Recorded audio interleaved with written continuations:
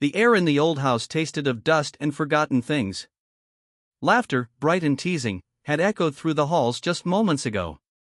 "You'll never find me," Leo's voice had sung out, followed by the creak of the basement door and the thud of it closing. Maya stood at the top of the steep, wooden stairs, a smile playing on her lips. Hide and seek in his grandmother's creaky Victorian home was their tradition. He always chose the basement, thinking the darkness was his ally. Ready or not, she called, her voice swallowed by the thick silence below. She descended slowly, each step groaning in protest. The single bulb hanging from a wire cast a sickly yellow light, creating more shadows than it banished. The basement was a labyrinth of draped furniture, stacked boxes, and the hulking, silent form of an old furnace. "Okay, very funny." Her cheer beginning to feel faint. "Come on. It's creepy down here." Silence. Thick and heavy.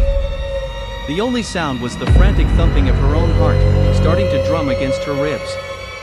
She moved deeper, past a sheet-shrouded armchair that looked like a ghostly sentinel. Then, a shuffle.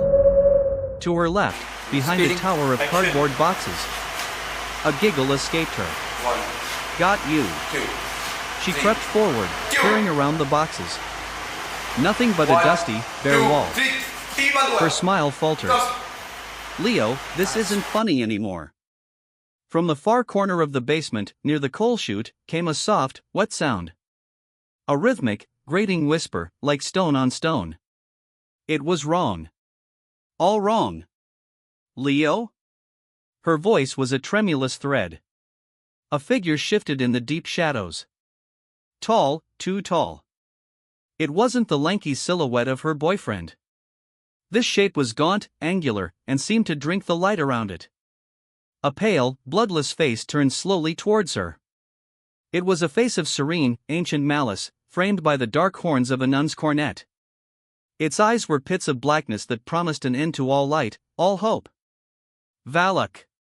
The name surfaced from some primal part of her brain, a name she'd heard in whispered campfire stories.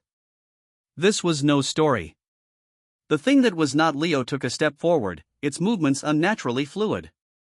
The air grew cold, so cold Maya could see her own breath plume in the dim light. The whispering sound intensified, resolving into a language of damnation that crawled inside her skull. Her eyes darted frantically, and that's when she saw him. He was pressed into a small recess behind the furnace, his face a mask of pure, unadulterated terror. His eyes were wide, locked on the demonic nun, and a single tear traced a clean path through the grime on his cheek. He wasn't hiding from her. He was hiding from it. The game was over before she had even started playing. It had never been a game at all. Valak's head tilted, a mockery of curiosity. A smile, thinning through it, stretched across his porcelain features. It had been waiting. Not for Leo to be found, but for her to join them. Maya tried to scream, but the sound froze in her throat, a block of ice.